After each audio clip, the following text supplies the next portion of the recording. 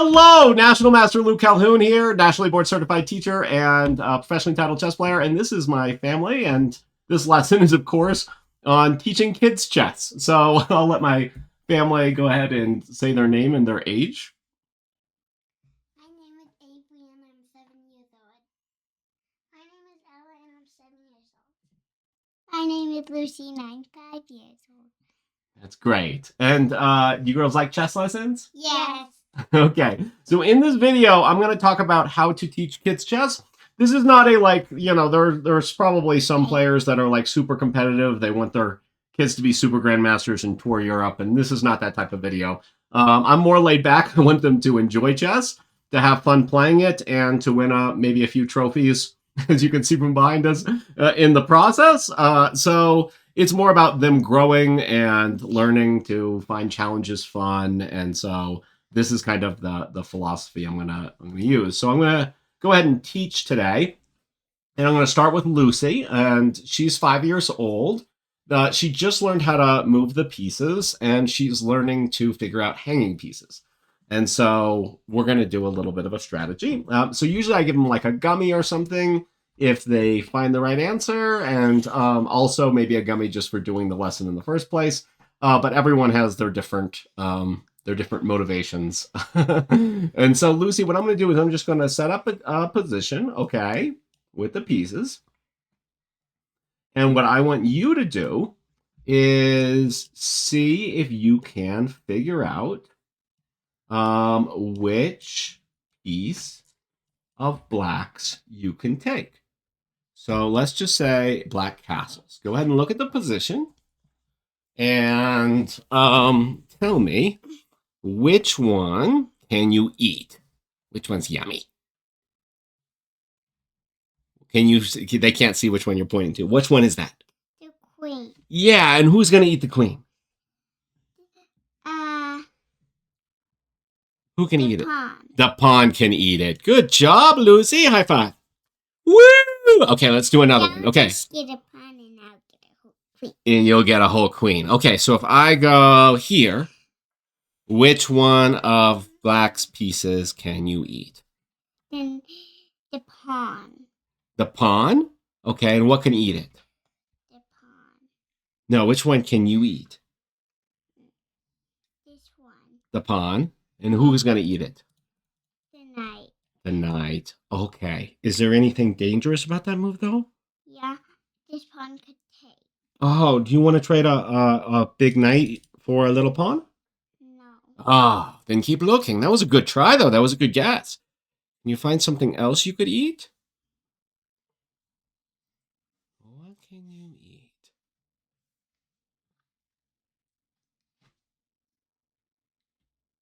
This one. What is that? The pawn. Yeah. And what's going to eat it? The knight. The knight. Good job, Lucy. So that was a great move. Now, the best move is probably to eat the bishop like that. You see that? Yeah. But your move is really good, too. And you found a good move. High five. Great job, Lucy. So if you ate that and say they ran away with their bishop, they're like, no, I don't want to be eaten by a pawn. Oh, no, I'm going to run back here. Okay. Is there something else you can eat? They're going to try to eat your knight. They're like, that's going to taste like chocolate. Where can your knight... Vanilla chocolate, yeah. Where can your knight go that might eat something very big?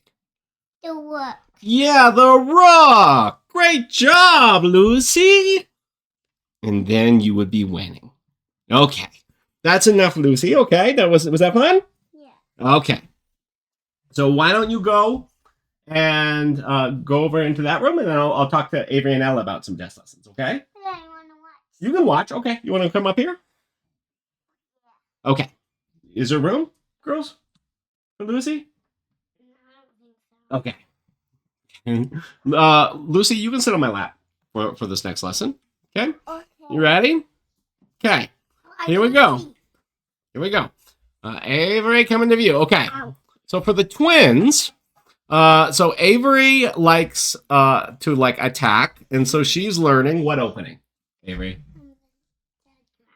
the Sicilian dragon. And Ella, what do you remember the name of your opening? The Scandinavian. So for theirs, they're not playing the opening. I mainly like, so all the kids these days in the Scholastic Circle, they kind of open like this. And this is how I first taught them, is to just get out their pieces. But then over time, we ran into people who were deeply prepared in these openings, and it was a little less fun to like play against their coaches.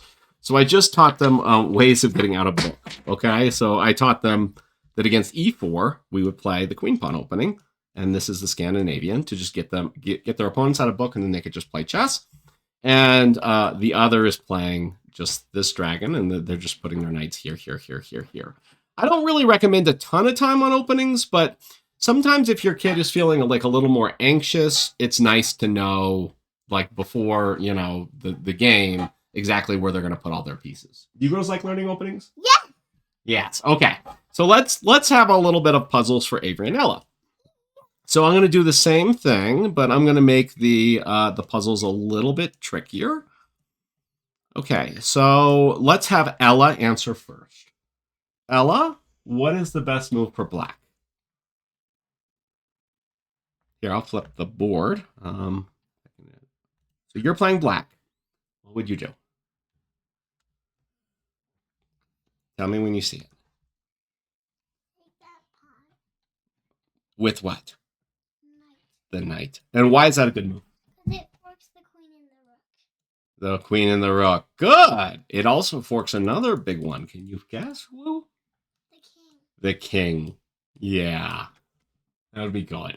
So a lot of the training with them is removing the defender and identifying forks. So like a lot of fork strategies. Let's do one for Ella, for Avery. This one's a little tricky. Okay? Avery? Why don't you move over to the side? Remember, you got to go on this side so you can see. Okay, what would you do as black?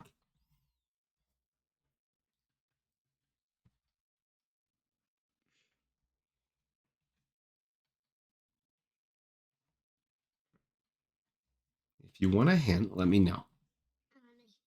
It's a pin. Move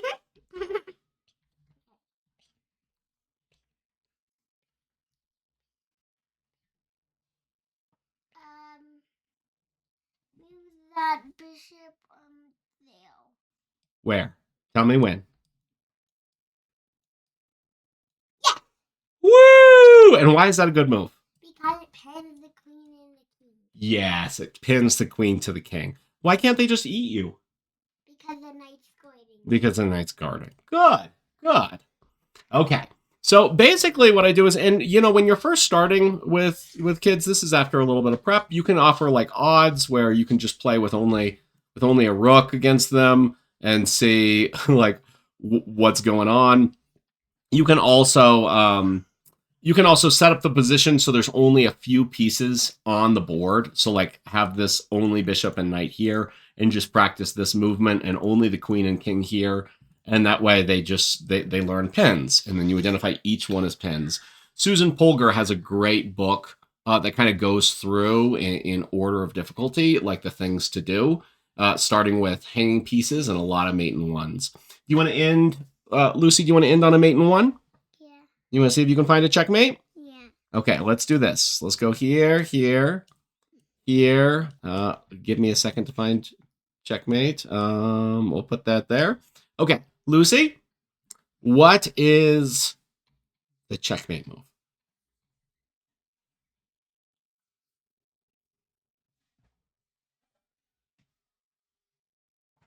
I need a hint. Okay, it's with your queen. And you got to get really close to the king, but you need a friend.